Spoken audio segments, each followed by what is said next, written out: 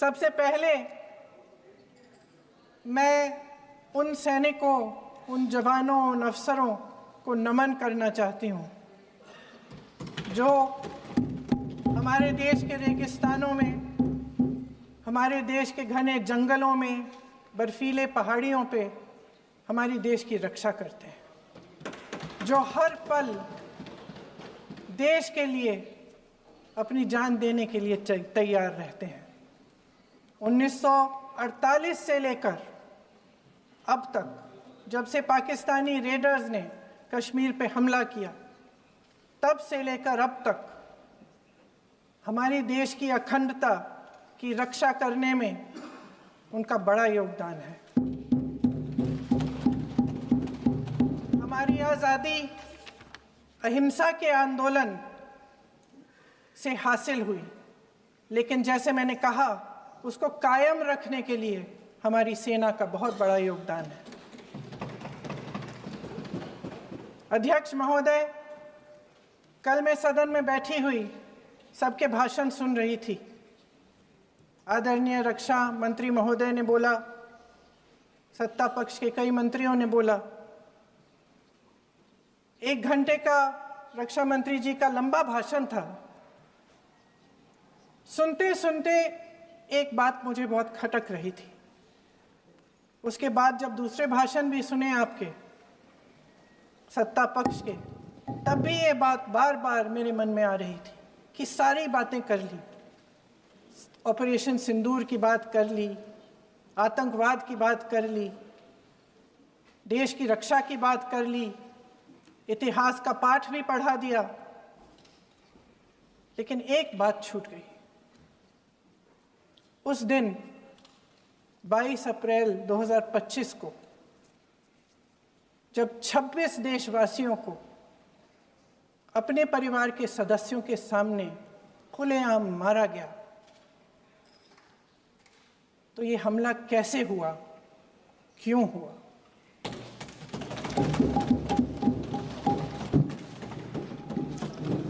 अध्यक्ष महोदय,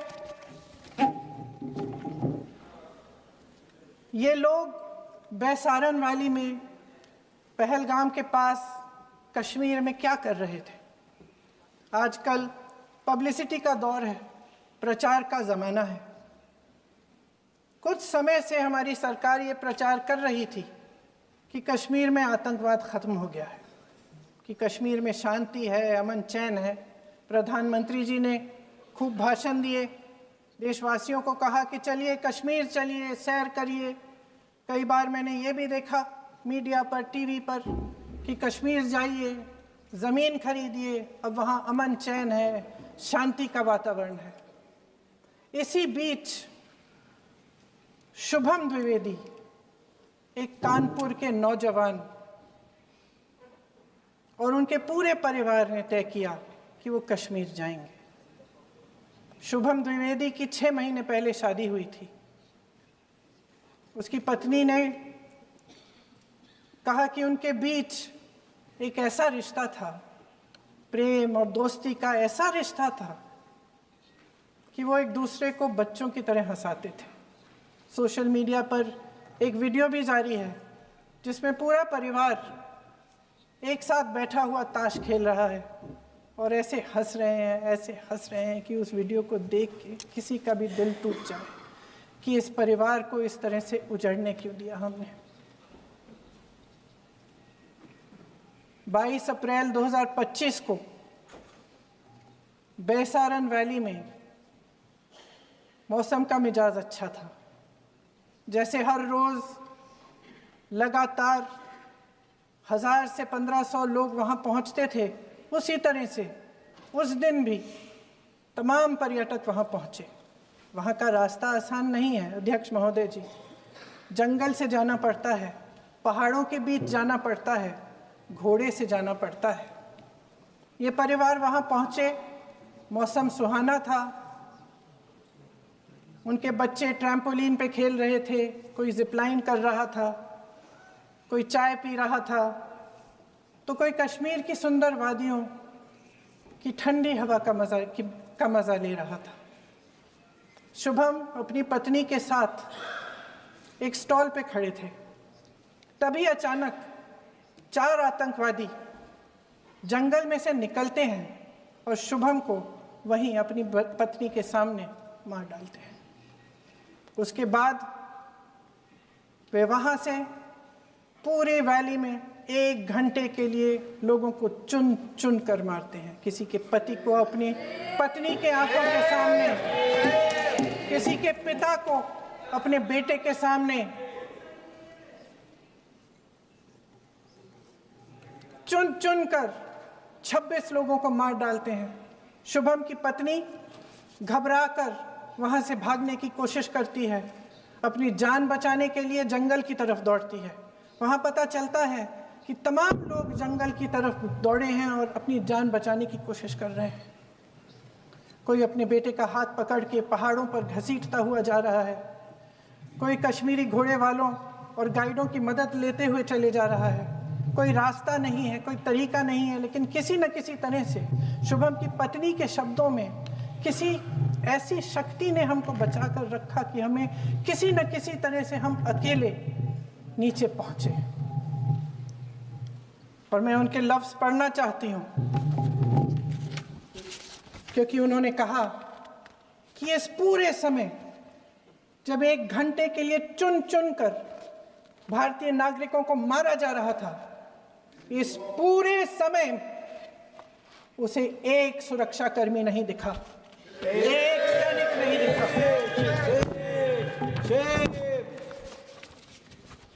शुभम की पत्नी ने कहा, कोट, मैंने अपनी दुनिया को खत्म होते हुए देखा। अपनी आंखों के सामने एक सिक्योरिटी गार्ड नहीं था। मैं ये कह सकती हूं कि देश ने, सरकार ने हमें वहां पे अनाथ छोड़ दिया था। सिक्योरिटी क्यों नहीं थी वहां पे एक सैनिक क्यों नहीं दिखा? क्या सरकार को मालूम नहीं था कि यहां रोज 1000 से 1500 पर्यटक जाते हैं? क्या सरकार को मालूम नहीं था कि यहाँ के पहुंचने के लिए जंगल के रास्ते से जाना पड़ता है? अगर कुछ हो जाएगा तो लोग वहां से निकल नहीं पाएंगे। एक चिकित्सा का इंतजाम नहीं था, फर्स्ट एड का इंतजाम नहीं था, कोई इंतजाम नहीं था, ना सुरक्षा का ना फर्स्ट एड का। इन लोगों को भगवान भरोसे छोड़ दिया गया। ये लोग वहां पे इस सरकार के भरोसे गए और इस सरकार ने उन्हें भगवान भरोसे छोड़ दिया।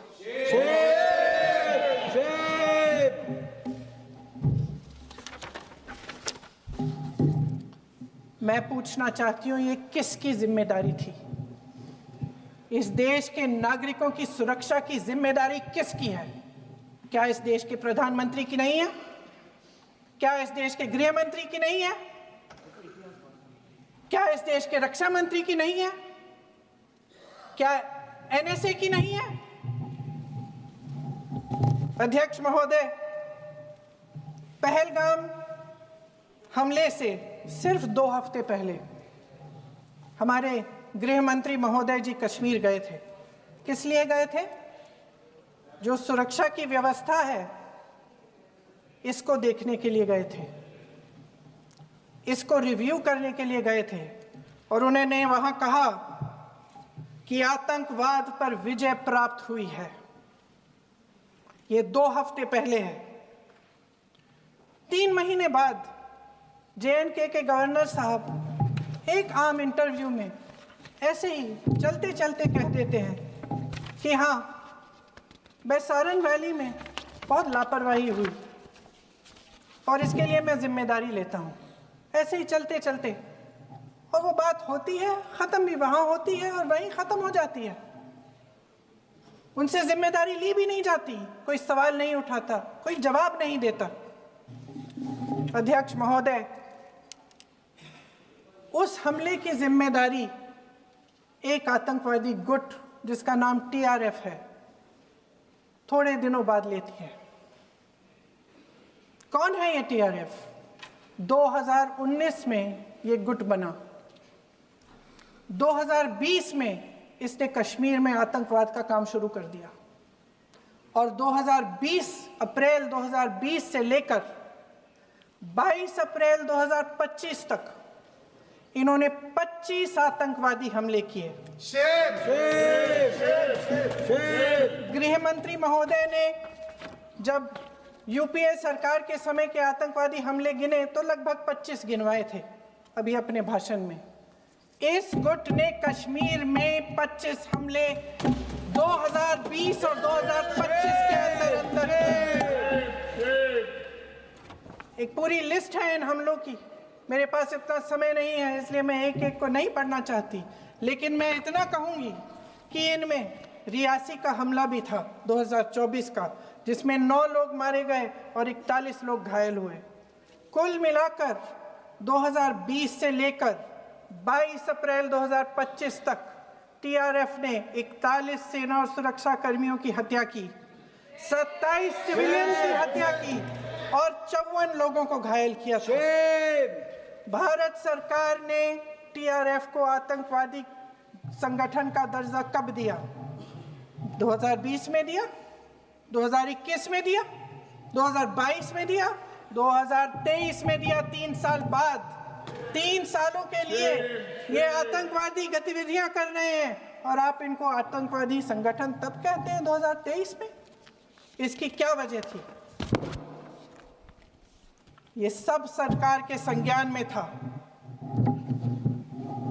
और आप मुझे बताना चाहते हैं, सत्ता पक्ष के नेता बताना चाहते हैं कि ये सब आपके संज्ञान में था, लेकिन कोई भी एक ऐसी एजेंसी नहीं है हमारी सरकार की जिसको पता चला कि ऐसा हमला, ऐसा भयानक हमला होने जा रहा है हमारे देश में, कि पाकिस्तान में बैठे हुए इस हमले की योजना बन रही है कि हम भारत जाके हैवानियत करेंगे, 26 लोगों को मार डालेंगे और हमें पता ही नहीं है। क्या ये हमारी एजेंसियों की विफलता है कि नहीं है? ये बहुत बड़ी विफलता है, ये एक बहुत बड़ी विफलता है।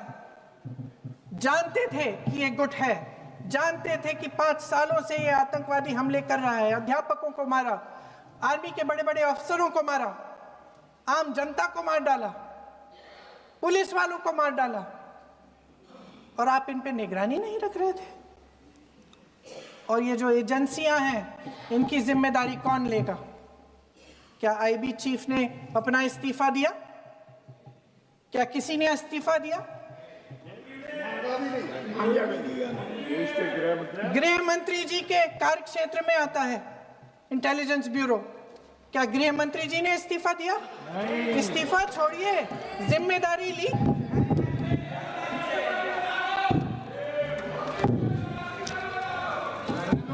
साहब देखिए, इतिहास की बात आप करिए, मैं वर्तमान की बात करना चाहती हूँ। आपको तो एक बहाना चाहिए, आपको तो एक बहाना चाहिए। पूरे परिवार का नाम गिनवा देते हैं। अरे अपनी जिम्मेदारी खुद लीजिए। 11 सालों के लिए तो सत्ता में आप हैं। अभी नेहरू को छोड़ नहीं रहा। कल माननीय गौरव गोगोई जी ने अपने भाषण में पूछा गृह मंत्री जी से, क्या आपकी जिम्मेदारी नहीं थी? मैं देख रही थी। राजनाथ जी, रक्षा मंत्री जी यूं अपना सर हिला रहे थे, कुछ बोले नहीं। अंदर से ये महसूस हुआ होगा कि यहाँ कुछ जिम्मेदारी थी, लेकिन माननीय गृह मंत्री महोदय जी हंस रहे थे, वे हंस रहे थे।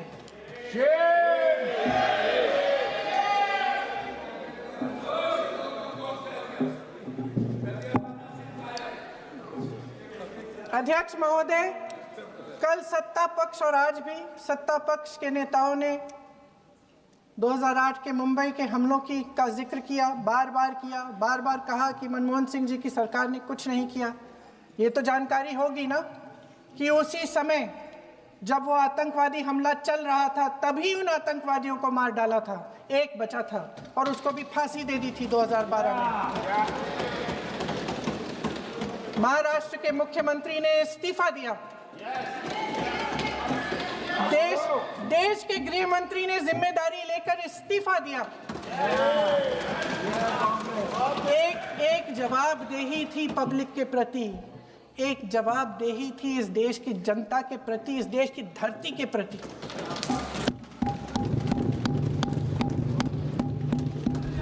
राजनाथ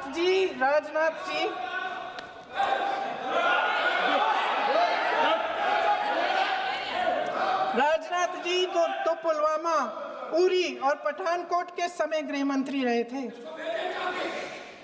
आज वे रक्षा मंत्री हैं और हमारे गृह मंत्री महोदय श्री अमित शाह जी के नाक के नीचे पूरा मणिपुर जल गया, दिल्ली में दंगे हुए, पहलगाम में हमला हुआ और आज भी वे उसी पद पर बैठे हैं। क्यों? अध्यक्ष महोदय, बमबारी से अखबारों के हेडलाइन बनते हैं, मगर कहानी सुरक्षा में की चूक में भी है। आज देश खोखले भाषण नहीं सुनना चाहता, देश जवाब चाहता है, तसल्ली चाहता है कि सच उससे छिपाया नहीं जाएगा। देश जानना चाहता है कि उस दिन अप्रैल 22, 2025 को क्या हुआ और क्यों हुआ। आप तो खुद अपनी पीठ थपथपाने में लगे रहते हैं। सेना, देश, संसद से सच छुपाते हैं। ऑपरेशन सिंदूर जब शुरू हुआ, हम सब ने समर्थन किया, सब एकजुट होकर खड़े हो गए इस देश के लिए। दोबारा होगा, दोबारा खड़े हो जाएंगे। अगर हमारे देश पे हमला होता है तो यहाँ इस सदन में किसी भी पार्टी का हो, कोई भी हो, सब आपका समर्थन करेंगे। और हमें अपनी सेना पर गर्व है कि उन्होंने इस बार भी दृढ़ता से लड़ाई लड़ी, धैर्य से लड़ाई लड़ी, वीरता से लड़ाई लड़ी। लेकिन इस ऑपरेशन का सिंदूर का क्रेडिट, उसका श्रेय तो हमारे प्रधानमंत्री जी चाहते हैं। सही भी है, ठीक है, सही है, श्रेय ले। ओलंपिक्स में हमारा मेडल आता है, उसका भी श्रेय लेते हैं, लेकिन सिर्फ श्रेय लेने से नहीं होता नेतृत्व, जिम्मेदारी भी लेनी पड़ती है।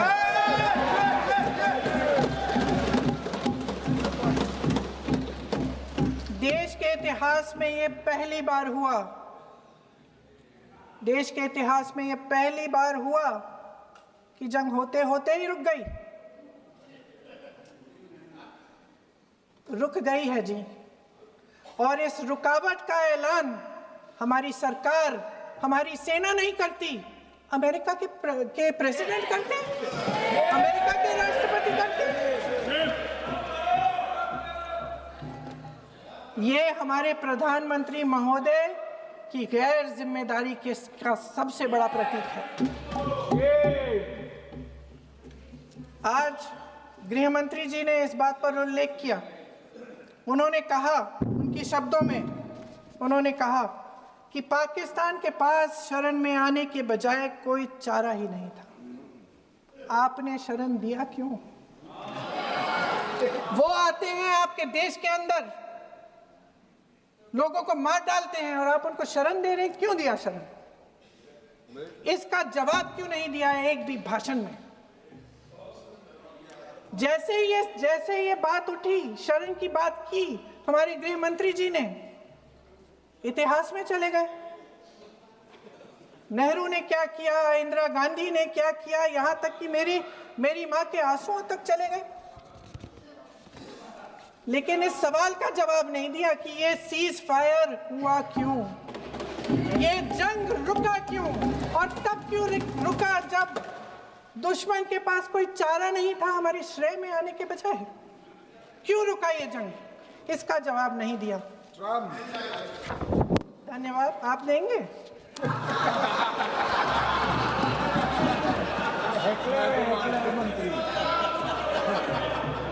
देना भाई, देना। आपको टाइम मिलेगा तो, टाइम नहीं मिलेगा आपको शायद। वैसे महोदय, मेरी माँ की आंसू की बात किए, मैं इसका जवाब देना चाहती हूँ। मेरी माँ के आंसू तब गिरे जब उनके पति को आतंकवादियों ने शहीद किया, जब वे मात्र 44 साल की थी। और आज अगर मैं इस सदन में खड़ी हूं और उन 26 लोगों की बात कर रही हूं, मैं इसलिए कर रही हूं क्योंकि मैं उनका दर्द जानती हूं, महसूस करती हूं।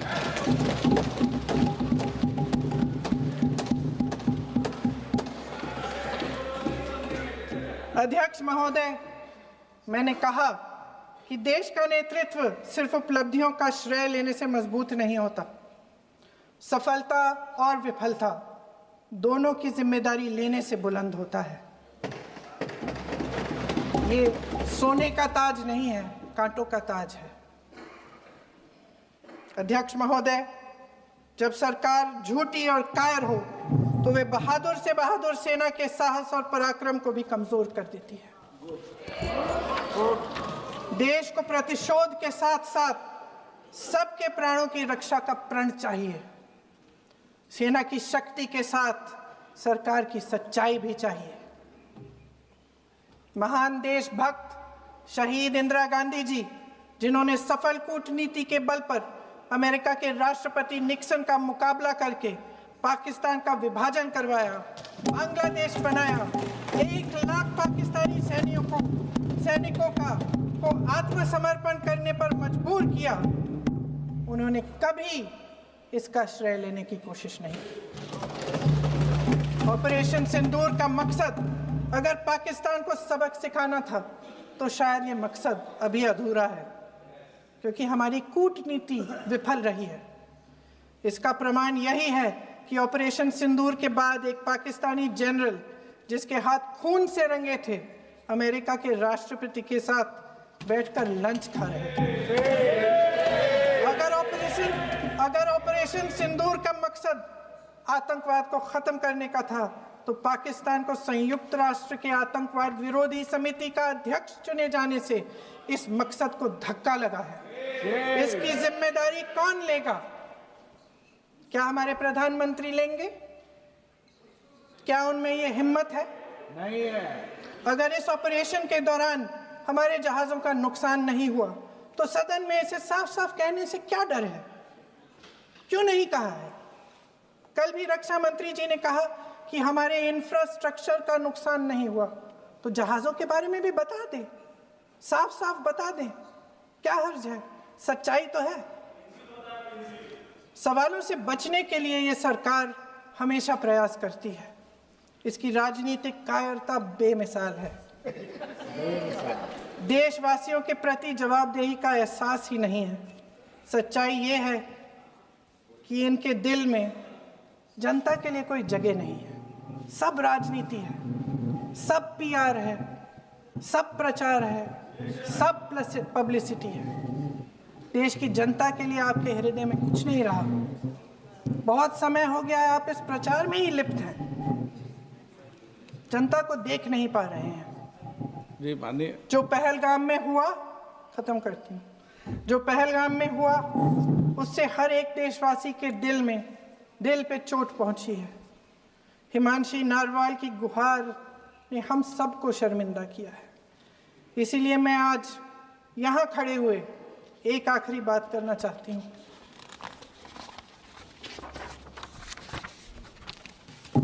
इस सदन में लगभग सभी के पास सुरक्षा है, सुरक्षा की व्यवस्था है। हम जहां भी जाते हैं हमारे साथ सुरक्षा कर्मी आते हैं। आपको भी मिल जाएगी, आप मंत्री बन जाएंगे, आपको भी मिल जाएगी। मैं मजाक की बात नहीं कर रही हूँ, थोड़ा सा धैर्य रखिए। उस दिन पहलगाम में 26 परिवार उजड़ गए।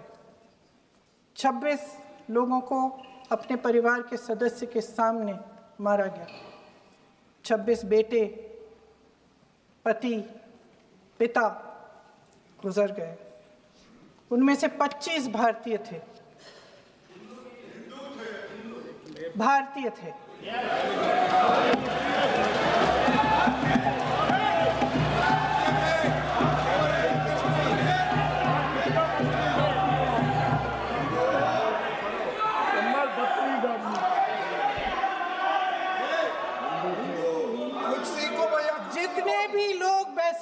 रैली में थे और जो 25 भारतीय मारे गए उनके लिए कोई सुरक्षा नहीं थी, कोई सुरक्षा नहीं थी। आप कितनी भी ऑपरेशन कर डालें, आप इस सच्चाई के पीछे छुप नहीं सकते, इसे नकार नहीं सकते। आपने उनको सुरक्षित नहीं किया। कोई शर्म नहीं है, कोई शर्म नहीं है, कोई शर्म नहीं है और ना कभी होगी। सुन लीजिए, सुबह भी मैं शिव मंत्र बोल के आई हूं। इनको क्या पता शिव मंत्र क्या है? शिव मंत्र खत्म कर लूं अपना भाषण। शिव मंत्र मैं एक बार उन 25 भारतीयों के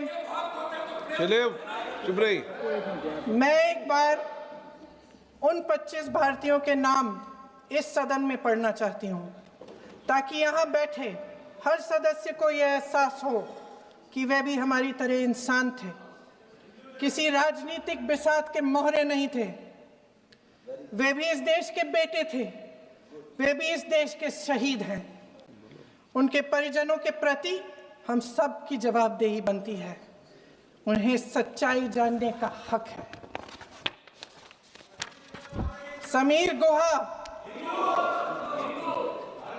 भारतीय, बिट्टन अधिकारी, मनीष रंजन, हेमंत सुहास जोशी, विनय नारवाल, सुशील नथनियल, अतुल श्रीकांत मोने, सैयद आदिल हुसैन शाह, नीरज वानी, एन रामचंद्रन, संजय लक्ष्मण लेले,